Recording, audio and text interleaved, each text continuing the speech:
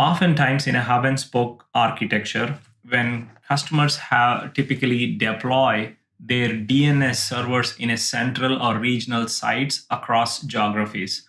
So that means you have a user sitting in San Jose of an organization, Acme, who is trying to access an application or a destination in the internet. The DNS query by default goes to the local DNS resolvers, which points towards a central DNS server. In this case, that Acme organization is having their DNS server centralized as part of the hub site, which is in Atlanta. So as you could see clearly from this slide, the end user has to go through multiple hops to reach to the central DNS server, either over an MPLS connectivity or overlay tunnel built over internet using SD-WAN.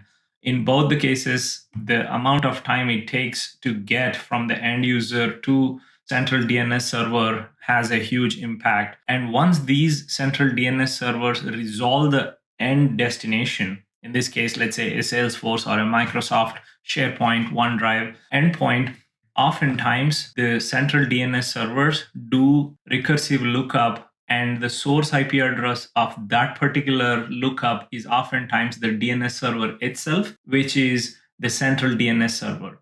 That means you would get a resolved IP which is close to Atlanta for the end user who is sitting in San Jose in this particular example. So that would lead into an inefficient path of multiple hops and higher latency.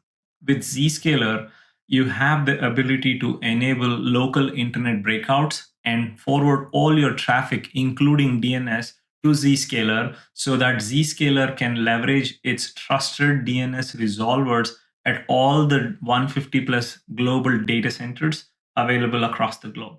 So in this example, if the traffic is going through Zscaler, obviously the DNS request would be visible to Zscaler at the Zscaler's data center. And using the local DNS resolver, we will resolve a IP address which is very close to the user, which is from a San Jose data center. So this really eliminates the complexity and latency and performance issues of end user, and it further enhances the productivity of end user.